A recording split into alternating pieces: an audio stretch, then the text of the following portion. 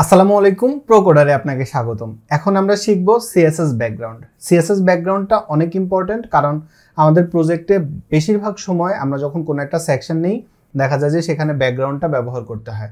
কখনো ব্যাকগ্রাউন্ডে আমরা কালার ব্যবহার করি, কখনো ব্যাকগ্রাউন্ডে আমরা ইমেজ ব্যবহার করি, এবং এই কালার ব্যবহার করা, ইমেজ ব্যবহার করার সময় অনেক সময় আমরা অনেক রকম ভুল করি। তো এখন আমরা শিখবো যে কিভাবে আমরা সিএসএস ব্যাকগ্রাউন্ডটা আমাদের প্রজেক্টে আমরা ব্যবহার করতে পারি। তো দেখেন, আমরা কিন্তু একটু আগেই ব্যাকগ্রাউন্ডের জন্য একটা ইমেজ ব্যবহার করেছিলাম, তাই না? এবং এখানে দেখেন আমি দুইটা ইমেজ নিয়ে নিয়েছি। একটা হচ্ছে বিজি ইমেজ, যে ইমেজটা আপনি দেখতে পাচ্ছেন, আরও একটা ইমেজ আছে সেটা হচ্ছে সিএসএস নামে। আচ্ছা, তো আমাদের এই কালারগুলো আর দরকার নেই। আমি আশা করছি যে আপনি সিএসএস কালারটা খুব ভালোভাবে বুঝতে পেরেছেন, এবং আপনার কি মতামত কমেন্টে জানাতে ভুলবেন না। আচ্ছা, এখন এই যে দেখেন আমি আমাদের ব্যাকগ্রাউন্ডের জন্য এখানে একটা ব্যাকগ্রাউন্ড কালার ব্যবহার করেছি। এখন আমরা একটা কাজ করি, সেটা হচ্ছে আমরা এখানে একটা ডিভ নেই, এবং এই ডিভের ভেতরে আমরা হচ্ছে আমাদের যে টেক্সটগুলো আছে এই টেক্সটগুলোকে আমরা এখান থেকে কেটে নিলাম, নিয়ে আমরা এগুলোকে এটার ভিতরে দিয়ে দিলাম। আচ্ছা, দিয়ে দিলে আমাদের এরকম হলো। এখন এই ডিভটাকে আমরা সিলেক্ট করব। তো এখানে এসে আমরা এখন বললাম ডিভ। ডিপ বলার পর আপনি যদি চান যে সলিড কোনো কালার আপনার ব্যাকগ্রাউন্ড হিসেবে ব্যবহার করতে, আপনি ব্যবহার করতে পারবেন ব্যাকগ্রাউন্ড। ব্যাকগ্রাউন্ডের পরে আপনি এখানে লিখবেন হচ্ছে কালার, ব্যাকগ্রাউন্ড কালার। এবার আপনি কি কালার ব্যবহার করতে চান, আপনি এখানে যে কোনো কালার ব্যবহার করতে পারেন। ধরেন আমি এখানে ব্যবহার করতে চাই লাইট কোরাল।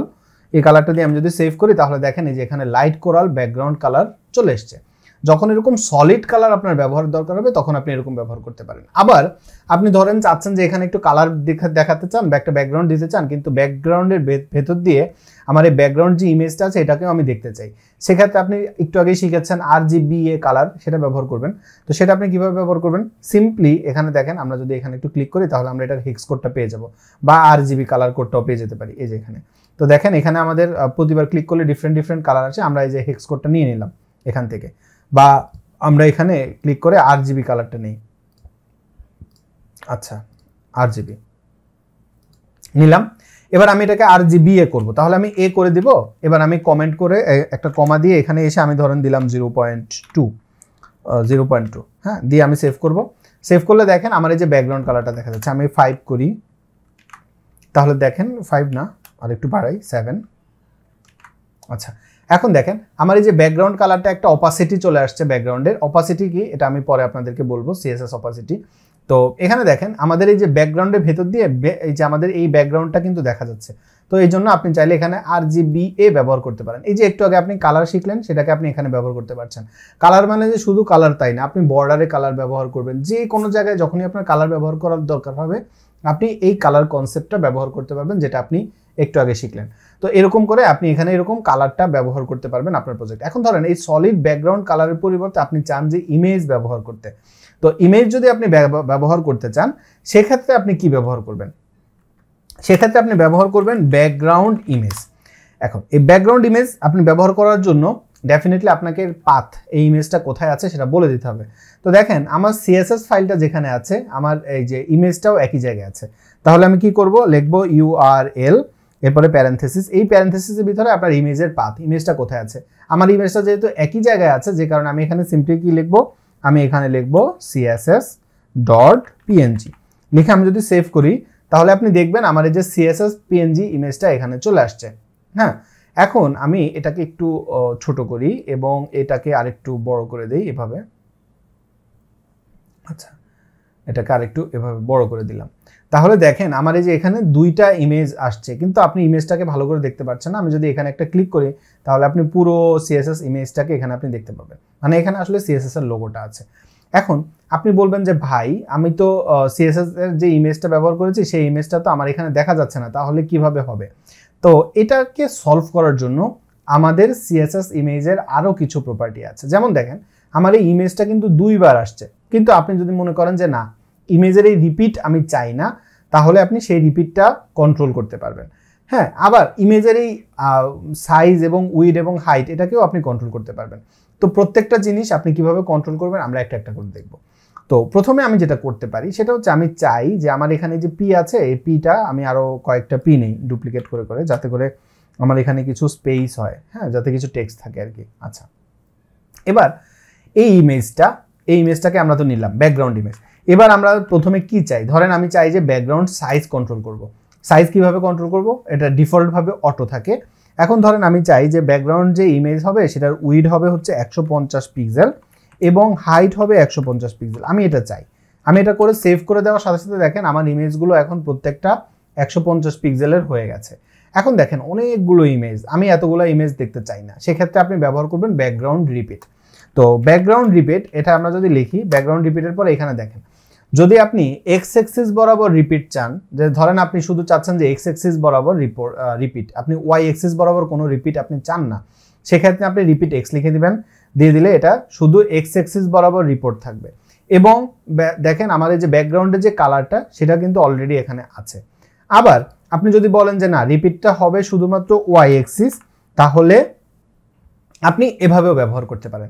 এখন আপনি হয়তো বলবেন যে ভাই এক্স অ্যাক্সিস কি, ওয়াই অ্যাক্সিস কি? দেখেন আমরা যদি এখানে একটা ড্র করে দেখতে চাই, ধরেন আপনি এরকম করে আমাদের যে অ্যারোটা আছে এরকম করে আপনি ধরতে পারেন। এটা ম্যাথমেটিক্সের ব্যাপার এবং আপনারা যারা হচ্ছে যে ম্যাথমেটিক্স পড়েছেন তারা কিন্তু এই ব্যাপারটা জানার কথা। আর অনেকেই আছেন যারা হয়তো সায়েন্সের স্টুডেন্ট না বা বেসিকটা হয়তো জানেন না, তাদের জন্য আসলে এটা এভাবে আঁকলাম। তো এখন আমরা হচ্ছে এটাকে এরকম করে দিই আর এই ড্রটাকে এরকম করে দিই। আচ্ছা, এরকম করে দিয়ে দিলাম। দিয়ে দেওয়ার পর এবার হচ্ছে আমাদের একটু টাইপ করতে হবে।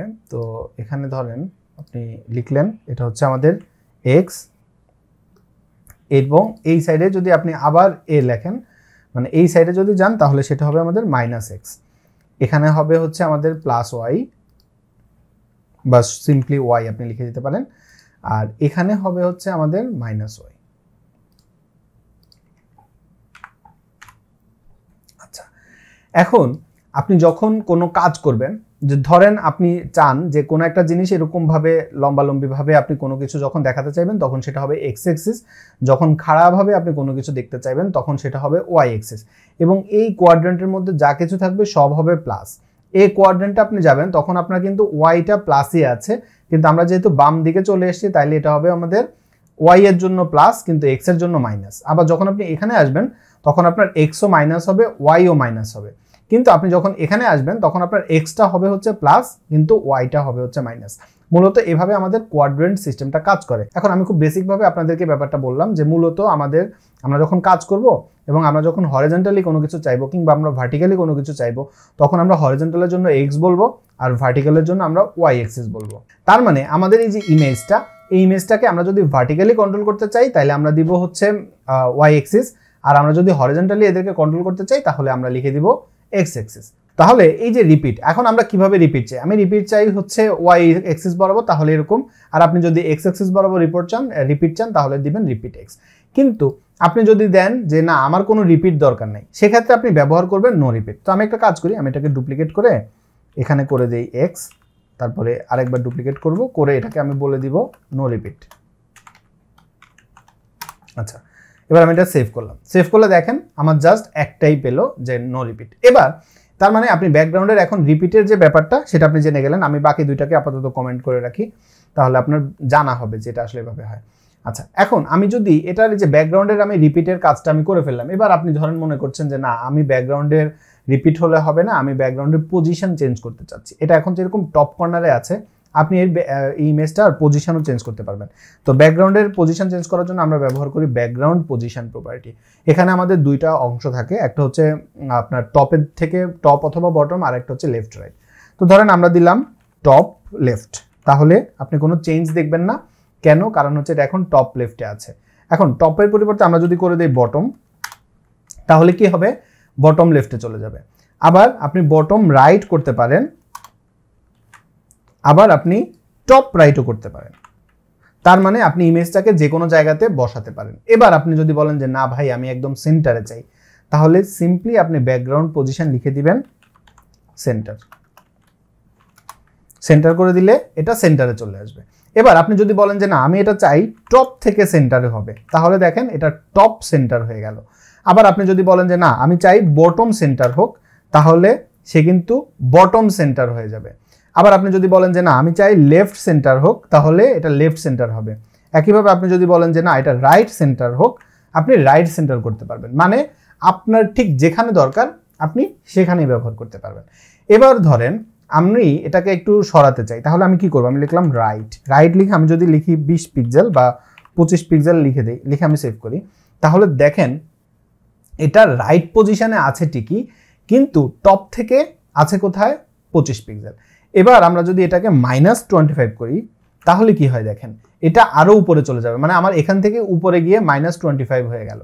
এবার আমি রাইটের পরিবর্তে এটাকে যদি আমি লেফট করে দেই তাহলে ডেফিনেটলি আপনি বুঝতে পারছেন এটা কোথায় যাবে, এবং আমরা মাইনাসটাকে এখান থেকে আমরা যদি বাদ দিয়ে দেই তাহলে দেখেন এরকম হলো।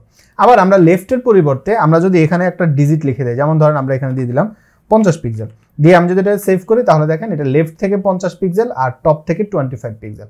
তার মানে আপনার যদি কখনো স্ট্যাটিকভাবেও আপনার ইমেজের পজিশন চেঞ্জ করানোর দরকার হয় আপনি সেটাও করতে পারবেন। তো আপনাদের জানার সুবিধার জন্য আমি এখানে কি করব, আমি এখানে লিখে রাখলাম সেন্টার রাইট। তাহলে আমাদের ইমেজের একটা পজিশন থাকলো এবং আপনারও একটা আইডিয়া হলো যে আমরা যে ব্যাকগ্রাউন্ড পজিশন দিয়ে কি কি কাজ করতে পারি সেটা।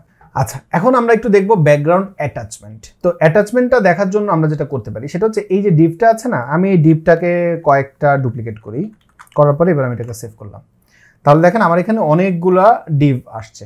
হ্যাঁ, এবার আপনি একটু একটা জিনিস দেখেন তো, এখানে আমাদের যে ব্যাকগ্রাউন্ডের ইমেজটা আছে সেই ইমেজটা কিন্তু আমরা যখন স্ক্রল করছি আমাদের ইমেজটাও কিন্তু স্ক্রল হচ্ছে। এখন আপনি যদি বলেন যে না ভাই আমি ব্যাকগ্রাউন্ডের এই স্ক্রলটা চাই না ব্যাকগ্রাউন্ড ইমেজের ক্ষেত্রে, সেক্ষেত্রে আপনি এখানে ব্যবহার করবেন ব্যাকগ্রাউন্ড অ্যাটাচমেন্ট। এই যে ব্যাকগ্রাউন্ড অ্যাটাচমেন্ট এটাকে আমরা ফিক্সড করে দিলাম।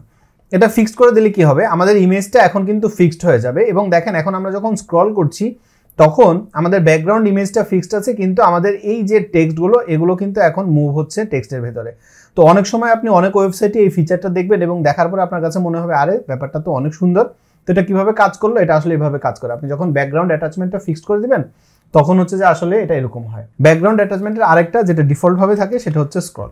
তো স্ক্রল যদি আপনি করেন তাহলে আবার আপনার ইমেজের সাথে সাথে এটা স্ক্রল করবে। তো স্ক্রল যদি আপনি ব্যবহার করেন তাহলে আপনার ইমেজ এবং আপনার ব্যাকগ্রাউন্ড একই সাথে স্ক্রল করবে, এবং তখন আপনি ডিফল্ট যে ফিচারটা সেটা আপনি দেখবেন। এখন অনেক সময় এমন হবে যে আপনি অনেকগুলো ব্যাকগ্রাউন্ড প্রপার্টি ব্যবহার করবেন, background attachment, background colour, image, size, repeat, position, এরকম।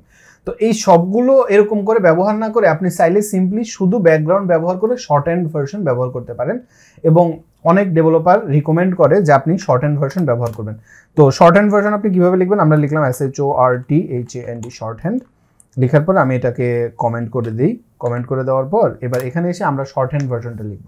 তো শর্ট হ্যান্ড ভার্সন কিভাবে লিখবো, আমরা লিখবো ব্যাকগ্রাউন্ড। ব্যাকগ্রাউন্ডের পরে আমরা ব্যাকগ্রাউন্ডের একটা কালার দিব। তো ধরেন আমরা ব্যাকগ্রাউন্ড কালার দিলাম রেড, তাহলে আমাদের এই টেক্সটের ব্যাকগ্রাউন্ড কালার রেড হয়ে যাবে। রেড কালারটা আসলে বেশি কটকটা রং। আমরা একটা কাজ করি, সেটা হচ্ছে আমরা ফ্ল্যাট ইউআই কালার থেকে কোনো একটা কালার নিয়ে নিই। ধরেন আমরা এই কালারটা নিলাম, এই কালারটা নিয়ে এবার আমরা হচ্ছে এই কালারটাকে এখানে বসিয়ে দিই।